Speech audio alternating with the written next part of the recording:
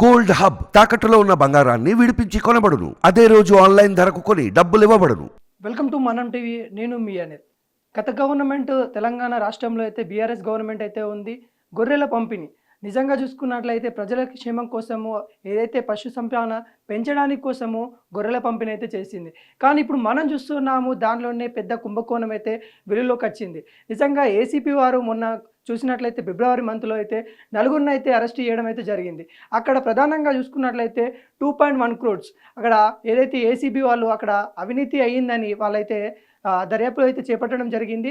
అప్పుడు చూసుకున్నట్లయితే అధికారులు నలుగురిని అయితే అక్కడ ఉన్న ఏసీబీ అధికారులు అయితే అరెస్ట్ చేయడం అయితే జరిగింది. అలాంటి పరిణామం నుండి ఇప్పుడు వాళ్ళని అరెస్ట్ చేసిన వాళ్ళని చెంచల్గూడకు పంపించడం అయితే జరిగింది.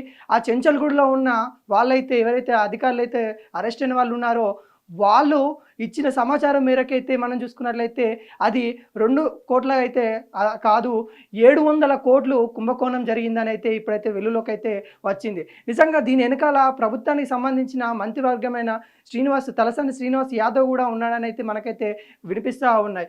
ఈరోజు మనము చూసుకున్నట్లయితే అక్కడ సంబంధించిన ఏదైతే పశు సంరక్షణ సంబంధించిన ఏవో సుధీర్ కుమార్ కానీ నిజంగా అక్కడ ఉన్న కళ్యాణ్ కానీ వాళ్ళైతే అరెస్ట్ చేయడం అయితే జరిగింది.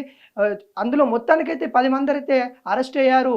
మరి ఈ కుంభకోణంలో చాలామంది అయితే కీలక పాత్ర అయితే ప్రభుత్వ అధికారులు కానీ అక్కడున్న మంత్రివర్గానికి కానీ మరి కేటీఆర్ వాళ్ళ ప్రమేయం ఏమన్నా ఉందా అనేది అయితే అందరికైతే ప్రశ్నార్థకం అయితే అయిందని కూడా చెప్పుకోవచ్చు. ఎందుకంటే మనం చూడొచ్చు ఒక కుంభకోణం 700 కోట్ల కుంభకోణం అంటే అది నిజంగా సీఎం గారికి అయితే తెలియకుండా అయితే జరగదు. అది అంత పెద్ద కుంభకోణం జరుగుతూ ఉందంటే అక్కడున్న మంత్రివర్గం కానీ అక్కడున్న ఎవరైతే రాజకీయ నాయకులకైతే ఎంతో కొంత తెలిసే ఉంటుందని అయితే మనకైతే వెలుగులోకి వచ్చిన ముచ్చట.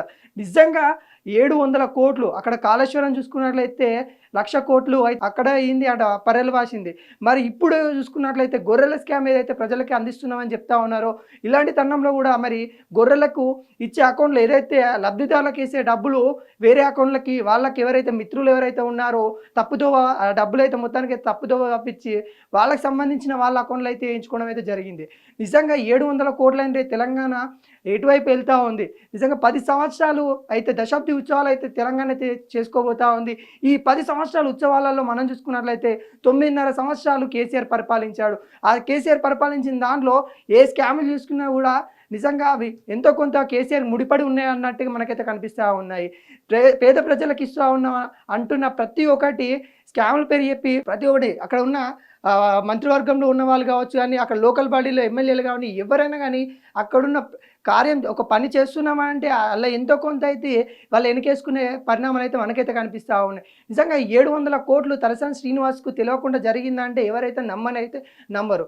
ఎందుకంటే అంత పెద్ద అమౌంట్ కుంభకోణం జరుగుతూ ఉన్నప్పుడు అక్కడ మంత్రివర్గంగా ఉన్న శ్రీనివాస్ యాదవ్ గారు ఏం చేస్తూ ఉన్నారనే ప్రశ్నార్థకం అయితే అక్కడ మనకైతే వస్తూ ఉన్నాయి. నిజంగా అక్కడ ఉన్న చంద్రశేఖర్ ఎవరైతే అక్కడ ఆఫీసర్గా ఉన్నారో అతను కానీ కళ్యాణ్ కానీ వాళ్ళైతే మరి వాళ్ళ మిత్రులు ఎవరైతే ఉన్నారో మొత్తానికైతే ఇప్పటివరకు అయితే 10 మంది అయితే అరెస్ట్ అయ్యారు. ఈ కుంభకోణంలో ఆ 10 మందిని అరెస్ట్ చేసి అయితే ఇప్పటివరకు అయితే చెంచల్గూడలో కొంతమందిని అయితే ఉంచడం అయితే జరిగింది. నిజంగా మరి వాళ్ళకి ఎటువంటి శిక్ష పడుతుంది? తెలంగాణ అప్పులో ఉన్న తెలంగాణలో ఇలా స్కామ్లు అని చెప్పేసి ఈ విధంగా చేసుకుంటూ పోతా ఉంటే మరి తెలంగాణ ఎటువైపు వెళ్తూ ఉన్నది?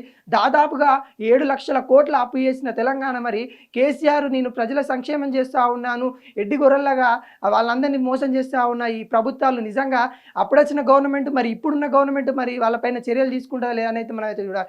ఏసీబీ అధికారులు అయితే ఇప్పుడైతే తలసాని శ్రీనివాస్ యాదవ్ కూడా దర్యాప్తు చేసేబట్టి అతనికి కూడా నోటీసులు ఇచ్చిందని మనకైతే తెలుస్తూ ఉంది. అక్కడ ఉన్న ప్రతి ఒక్కరికి కూడా మరి దీనిలో ఇన్వాల్వ్మెంట్ అయితే ఉంటుంది. ఏదైతే పశు సంరక్షణ ఉన్నదో దాంట్లో ప్రతి ఒక్కరికి అయితే ఇన్వాల్వ్మెంట్ ఉన్నది. ఎంతో కొంత వాళ్ళు తీసుకున్నారని మనకైతే దర్యాప్తులు అయితే తెలుస్తూ ఉంది. నిజంగా 2 కోట్లని ఏసీబీ వాళ్ళు స్టార్ట్ చేశారు. ఆ 2 కోట్లు కాదు అక్కడ 700 కోట్లు అయితే నష్టమైతే తెలంగాణ పోయింది.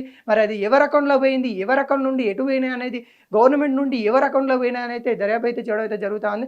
ప్రతి ఒక్కరినైతే మరి ఇందులోకైతే లాగడానికి అయితే ట్రై చేస్తూ ఉన్నారు. ఎందుకంటే అది తెలంగాణ ప్రజల యొక్క సొమ్ము. అక్కడ 1,00,000 కోట్ల రూపాయలు కాళేశ్వరం పేరు మీద పోతే ఇక్కడ గొర్రెల స్కామ్ మీద మరి ఇక్కడ 700 కోట్లు పోతూ ఉన్నాయి. మరి ఈ విధంగా ఎన్ని పథకాలు పెట్టినా కానీ మరి ఆ విధంగా మరి ఎంతో కొంత అయితే మంత్రివర్గాలు ఉన్న వాళ్ళైతే వెనకేసుకున్నట్టయితే మనకైతే కనిపిస్తూ ఉంది. మరి ఏసీబీ అధికారులు ఎటువంటి చర్యలు చేస్తారు, మరి వాళ్ళకి ఎటువంటి శిక్ష పడబోతుంది మనమైతే చూడబోవాలి.